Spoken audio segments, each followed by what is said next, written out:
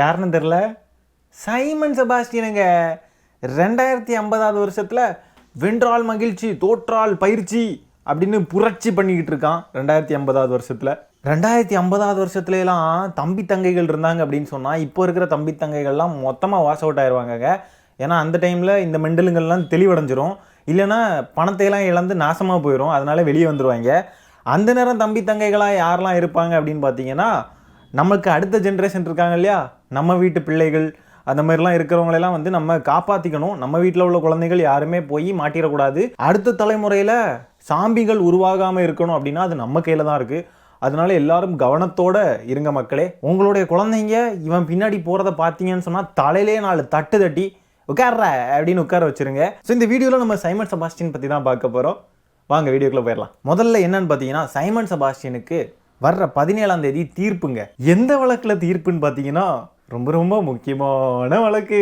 திருமணம் செய்வதாக கூறி ஏமாற்றியதாக விஜயலட்சுமி அக்கா புகார் கொடுத்துருந்தாங்க இல்லையா, அந்த புகாரை விசாரித்து அன்னைக்கே தீர்ப்பு கொடுக்க போகிறாங்களாம்.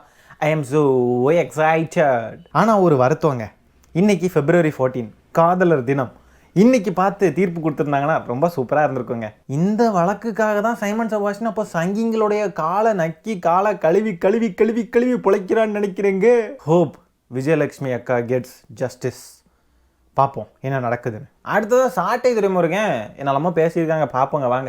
நீங்க வந்து சினிமா ரசிகர்களா மட்டுமே பார்த்துட்டு இருக்கீங்க. இன்னமும் அவன் அரசியலா மாற ஆரம்பிச்சானா அது வேற மாதிரி இருக்கும் இல்ல? அவங்க நீங்க சொல்ற வார்த்தைகள் புரட்சி, ஒரு விரல் புரட்சியே அப்படின்னு கிளம்பிடுவாங்களா? அவன் காட்டின விரலை நோட் பண்ணீங்களா? எவ்வளோ திமிரு பார்த்தீங்களா? பார்ப்போம். டிவியை போற வீட்டை விட்டு உடைச்சிருவாங்களா? என்ன கிளம்பிடுவாங்க? படத்துல பஞ்ச்லாக் பேசுறாரு, 5 ரூபா பிளேடு மேல வைக்கிற நம்பிக்கை நீ ஓம் மேல வை, 5 ரூபா பிளேடு மேல வைக்கிற நம்பிக்கை ஓம் மேல வைன்னு சொல்றவர் எதுக்கு பிரசாந்த் கிஷன் வைக்கிறாரு? உனக்கு நம்பிக்கை இல்லையா ஓம் மேல?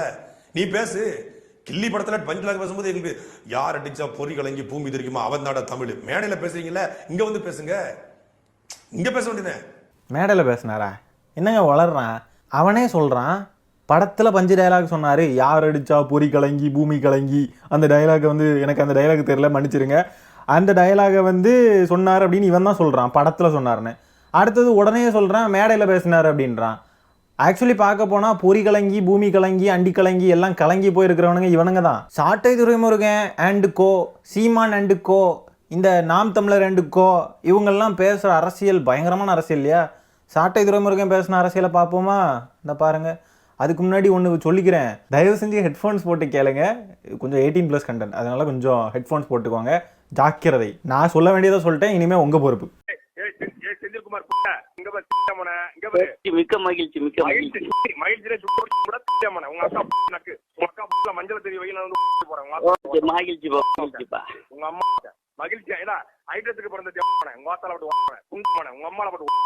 எதிரில் இருக்கிற நபர் பாவம், அது யாருன்னா அவன் கட்சிக்காரனே தான். அவன் கட்சிக்காரனை தான் போட்டு இந்த கிளி கிளிக்கிறான். எவ்வளோ அழகான அரசியல்.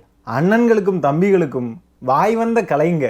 கெட்ட வார்த்தை போட்டு பேசுறது, அநாகரிகமாக பேசுறது, வாய் வந்த கலை. அதாவது சினிமாவில் விஜய் அப்படியெல்லாம் பேசினார், இப்படியெல்லாம் பேசினார், அதுவா இதுவா, அதையெல்லாம் ரியல் லைஃப்பில் பண்ணலாம்ல அப்படி இப்படின்னு சொல்லிட்டு இவன் பயங்கரமாக பேசுகிறான். கேம்பெயினை தொடங்கட்டுமா, மைக்கை கையில் எடுக்கட்டுமான்னு அந்த விசில் போடு சாங்கில், அந்த கிரேட்டஸ்ட் ஆஃப் ஆல் டைம் படத்தில் விஜய் அவர்களுடைய பாட்டு ஒன்று உண்டுல்ல, இந்த விசில் போடு சாங், அந்த லைனை வச்சுக்கிட்டு என்ன உருட்டுனானுங்க. விஜய் எங்களுக்கு சப்போர்ட் பண்ணுறாரு.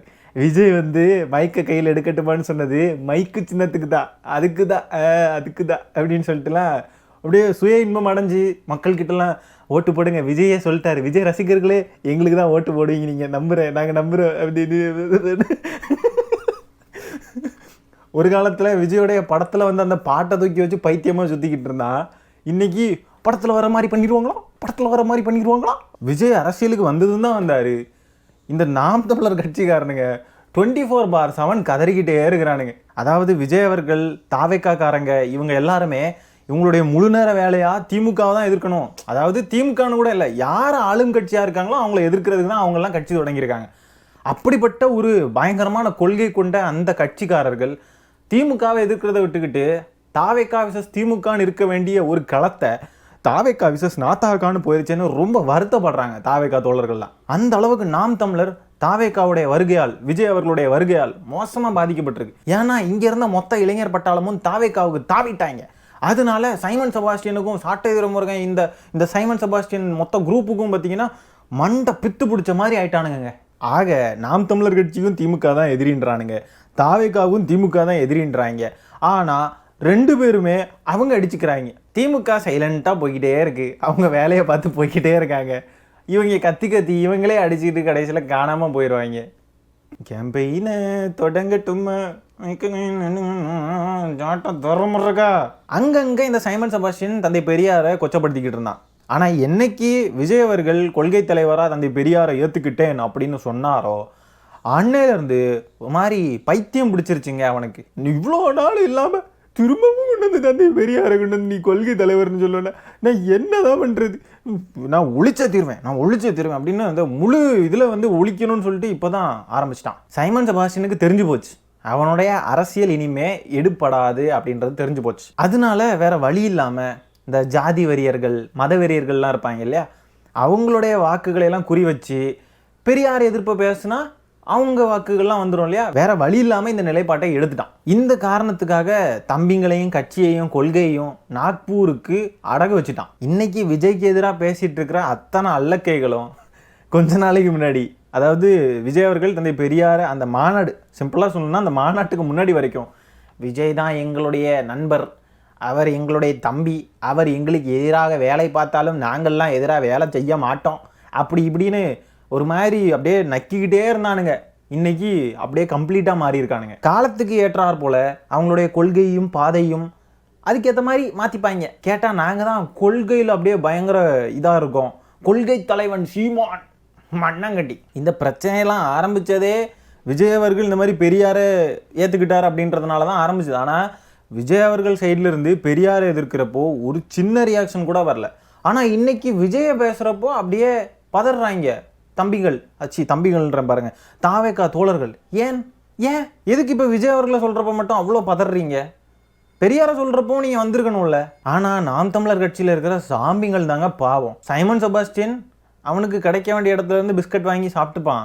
ஆனால் இந்த தம்பிங்க தான் பாவம். இவன் பேசுகிறத நம்பி அவன் கூடயே பல்ட்டி அடிக்க வேண்டிய நேரம் பல்ட்டி அடித்து, காலையில் பல்ட்டி அடிப்பான், சாயந்தரம் அந்த பல்ட்டி அடிப்பான், ஒவ்வொரு நேரம் ஒவ்வொரு பல்ட்டி அடிச்சுக்கிட்டு இருப்பான். அந்த பல்ட்டிக்கெல்லாம் கூட சேர்ந்து பல்ட்டி அடித்து நடுத்தருவில் நிற்க போகிறானுங்க. இந்த ப்ரௌன் கலர் பேண்ட் போடுங்க, ஒயிட் கலர் சட்டை போடுங்க, இந்த எங்கே போகிறாருனே தெரியல. இந்த சிங்கப்பூருக்கு போறவங்க பாஸ்போர்ட் போடுறதுக்காக ஒரு பை வச்சிருப்பாங்க, அது மாதிரியே விஜய் ஒரு பை போட்டு திடுறாப்ல. பனையூர் பங்களால இருந்து பனையூர் ஆபீஸுக்கு போறதுக்கு எதுக்கு பாஸ்போர்ட்னு தெரியல, ஒரு பையை போட்டு திடுறாப்ல, அதுல கேட்ஜெட்ஸ் எல்லாம் வச்சிருப்பாப்லையா. இந்த மாதிரிலாம் பண்ணி வாயில கேட்ஜெட்ஸ்னு சொல்றதுக்கு வரல, கேட்ஜஸ் பண்ணீங்கன்னா ஒரு யூனிக் ஐக்கானா மாறலாம் அப்படின்னு சொல்லி இந்த தேர்தல் வீக வகுப்பாளர்களை நம்பி ஒருத்தன் களத்துல நிக்கிறான். அவனை நம்பி ஒரு கூட்டம், அந்த கூட்டம் நாம் தமிழக சேர்த்து பேசுது.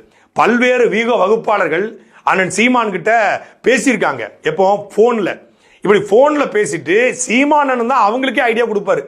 இந்த தேர்தலுக்கு வகுப்பாளருக்கு அவங்க வந்து உங்களுக்கு வேலை பார்த்து கொடுக்கணும்னா ஜான் ஆரோக்கியசாமியை இவங்கெல்லாம் ஸ்ட்ராட்டஜிஸ்டா பயன்படுத்தினதை கூட எடிட்டுன்னு சொன்னதை கூட விட்டுலாங்க. அதுவே போய் தான் புருடா விட்டான். ஆனால் ஜான் ஆரோக்கியசாமிக்கே இவங்க நொன்னன் தான் ஸ்ட்ராட்டஜி வகுத்து கொடுத்தான், வியூகம் சொல்லி கொடுத்தான் அப்படின்னா எப்படிப்பட்ட புழுகர்கள்! இந்த புழுகாண்டிகளையும் நம்பிக்கிட்டு தான் இவங்க எல்லாம் இருக்காங்க தம்பியெல்லாம். ஜான் ஆரோக்கியசாமியோடைய ஜேபக் பர்சோனான்ற அந்த வெப்சைட், அஃபிஷியல் வெப்சைட்லேயே அந்த ஹிஸ்ட்ரி அவைலபிளாக இருக்குது. அவருடைய அந்த போர்ட்ஃபோலியோ இருக்கும் இல்லையா, நாங்கள் இவங்களுக்குலாம் வேலை பார்த்துருக்கோம், அவங்க கம்பெனியோடைய இன்ட்ரோடக்ஷன் அது இதுன்னு சொல்லிட்டு எல்லாம் போடுவாங்க இல்லையா, அதில் இவங்க வேலை பார்த்த அந்த விஷயத்தையும் அவங்க போர்ட்ஃபோலியோவில் ஆட் பண்ணியிருக்காங்க. இந்த சாட்டை துரைமுறை கேட்குறான், எங்கே அவர் சொல்லி கொடுத்த வியூகத்தில் ஏதாவது ஒன்று சொல்லுங்க பார்ப்போம் அப்படின்னா அப்படி போட்டிருக்கான். ஆனால் அந்த போர்ட்ஃபோலியோ இருக்கு இல்லையா, அதில் சின்ன கார்டு மாதிரி இருக்குது. அந்த கார்டுலேயே போட்டிருக்கு அந்த 50% பெண்கள் நிற்க வைக்கிறது இருக்கு இல்லையா, அந்த 2021 தேர்தலில் 50% பெண்கள் நிற்க வச்ச ஸ்ட்ராட்டஜி ஜான் ஆரோக்கியசாமி சொன்ன ஸ்ட்ராட்டஜி தான். இவன் என்னமோ பெண்ணியம் பேசின மாதிரியும், இவன் என்னமோ பெண்ணியத்தை நிலைநாட்டி தள்ளுன மாதிரியும் இவன் பயங்கரமாக பேசிகிட்டு இருந்தால, பெண்களுக்கு நாங்கள் தான் ஃபர்ஸ்ட் சம உரிமை கொடுத்துருக்கோம் அது இதுன்னு பயங்கரமாக பெண்ணியத்தை நிலைநாட்டுற மாதிரி பேசிகிட்டு இருந்தா தெரியுமா. அது எல்லாமே இவர் கொடுத்த ஸ்ட்ராட்டஜி தாங்க. என்னமோ இவனுக்கு உண்மையாகவே பெண்கள் மேலே அக்கறை இருக்கிற மாதிரியும், பெண் சமுதாய முன்னேற்றத்துக்கு அப்படியே ரொம்ப ஆசைப்படுற மாதிரியும். இவனுடைய பெண் சமுதாய முன்னேற்றம், ஒரு தடவை கற்கலைப்பு பண்ணதே 7 தடவை கற்கலைப்பு பண்ணுறது தான் இவனுடைய முன்னேற்றம், பெண்கள் முன்னேற்றம், பெண்கள் சமுதாய முன்னேற்றம். அதாவது ஸ்ட்ராட்டஜிஸ்ட் வைக்கிறதெல்லாம் வந்து அப்படி இப்படி என்னுடைய மண் என்னுடைய மக்கள் எனக்கு தெரியாதா என்ன பண்ணணும் அது இதுன்னெலாம் இவங்க பேசுகிறாங்க. ஸ்ட்ராட்டஜியை பற்றி இவங்க பேசுகிறாங்க. முதல்ல பிரபாகரன் படத்தை வச்சு நல்ல ஈழத்தமிழர்களுடைய மண்டையில் மிளகா வரைச்சி சம்பாதிக்கிற ஸ்ட்ராட்டஜிலாம் வந்து வச்சு அதில் திரள் நிதி வாங்கி அதை வச்சு உண்டு கொளுத்து வாழ்ந்துக்கிட்டு இருக்கிற இவங்க பக்கா ஸ்ட்ராட்டஜியானா வேற லெவல் ஸ்ட்ராட்டஜி. அதான் சைமனுக்கு நல்ல மூளை. அவனே சொல்லியிருப்பான் எனக்கெல்லாம் நல்ல மூளை இருக்குது, காசு தான் இல்லை. அந்த மூளையை வச்சே அவன் எங்கெல்லாம் காசு பெரட்டணுமோ அங்கெல்லாம் பெரட்டிட்டான். அதுதான் அவனுடைய ஸ்ட்ராட்டஜி. இப்படி ஒரு கேவலமான ஸ்ட்ராட்டஜியை முன்னெடுத்து மேதுக்கு பிரபாகரனுடைய ஃபோட்டோவை வச்சுக்கிட்டு எல்லா தமிழர்களுடைய மண்டையிலையும் மிளகா வரைச்சி இந்த மக்கள்கிட்ட இருந்தெல்லாம் திரள் நிதியை வாங்கி அதில் உண்டு கொடுத்து வாழ்ந்துக்கிட்டு இருக்கான் ஒருத்தன். இப்படி ஒரு கழுசடையை நம்பி ஒரு கூட்டம்.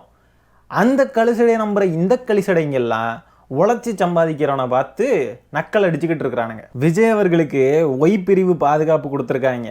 சரியா? அது எதுக்காக அப்படின்னா விஜய் அவர்களுக்கு இப்போ சில அச்சுறுத்தல்கள்லாம் இருக்கு இல்லையா, இந்த முட்டையை வீசுறது அது இதெல்லாம் பேசிக்கிட்டு இருந்தாங்க இல்லையா, அதனால ஒய் பிரிவு பாதுகாப்பு கொடுத்துருக்காங்க. சைமன் செபாஸ்டியன் தம்பிகள்லாம் அழுறானுங்க. ஏய் விஜய்க்கு இப்படி எல்லாம் கொடுத்துருக்கிறது என்னது? காமராஜர் எப்படி இருந்தார் தெரியுமா? காமராஜர் எவ்வளோ எளிமையான மனிதர் தெரியுமா? காமராஜர்லாம் அப்படியே தனியாக தான் போவார், மக்களெல்லாம் அப்படி சந்திப்பார், அப்படி இருப்பார், இப்படி இருப்பார், அப்படி இப்படின்னு சொல்லி காமராஜர் கூட ஒப்பீடு செஞ்சுக்கிட்டு இருக்கிறானுங்க. அவருக்கு மட்டும் ஒய் பிரிவில் கொடுக்குறீங்க. எங்கள் அண்ணன் சீமானுக்கு விஜி பிரிவில் கொடுங்க. விஜி விஜி நான் என்ன சொல்கிறேன்னு உங்களுக்கு புரியும்னு நினைக்கிறேன். If you know you know. Sorry no. அண்ணன் சீமானுடைய விஜி பிரிவு பாதுகாப்பு படையை பார்ப்போமா? இது விஜி இல்லைங்க, இது நெய்தல் படை. தெரியாமல் சொல்லிட்டேன் விஜின்னு. விஜி பிரிவு அப்படின்றது வேற, இது நெய்தல் படை. ஆஹா என்ன ஒரு நடை! சாட்ட துரைமுருகனுடைய நடையா பாருங்க, அருமையான நடை, அருமையான. நெய்தல் படை தான் நெய்தல் படையா? எல்லாமே பல்காக இருக்காங்களே. கட்சிக்கார 4 பேருக்கு 4 ஐடென்டிட்டி கார்டெலாம் எப்படி கொடுத்தீங்க? எப்படி திரள் நிதி தானா இல்லை உண்மையாகவே கருப்பு ட்ரெஸ் இதெல்லாம் எப்படி திரள் நிதி கேட்டு அப்படி கொடுத்தீங்களா இல்லை எப்படி? நைஸ். சரி மக்களே, இந்த வீடியோ நான் இதோட என் பண்ணிக்கிறேன். இந்த வீடியோவில் நம்ம பேசியிருக்கிற விஷயங்களை பற்றி உங்களுடைய கருத்துக்கள் என்னன்றதை கமெண்ட்டில் பதிவு பண்ணுங்கள். வீடியோ பிடிச்சிருந்தா ஒரு லைக் தட்டி விட்டு 4 பேருக்கு ஷேர் பண்ணுங்கள். முக்கியமாக நம்ம சேனலை சப்ஸ்கிரைப் பண்ணி வச்சுக்கோங்க. மீண்டும் இன்னொரு காணொலியில் சீக்கிரமாக உங்களை சந்திக்கிறேன். அது வரைக்கும் டாடா பாய், டேக் கேர்.